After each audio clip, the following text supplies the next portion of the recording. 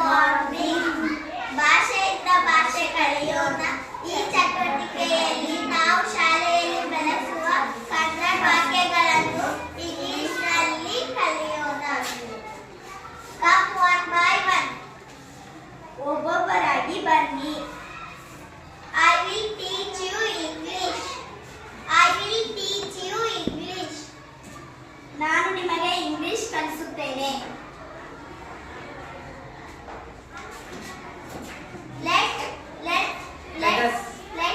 Let us start today lesson.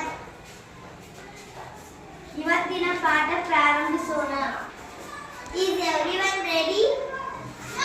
ಎಲ್ಲರೂ ಸಿದ್ಧವಾಗಿದ್ದೀರಾ?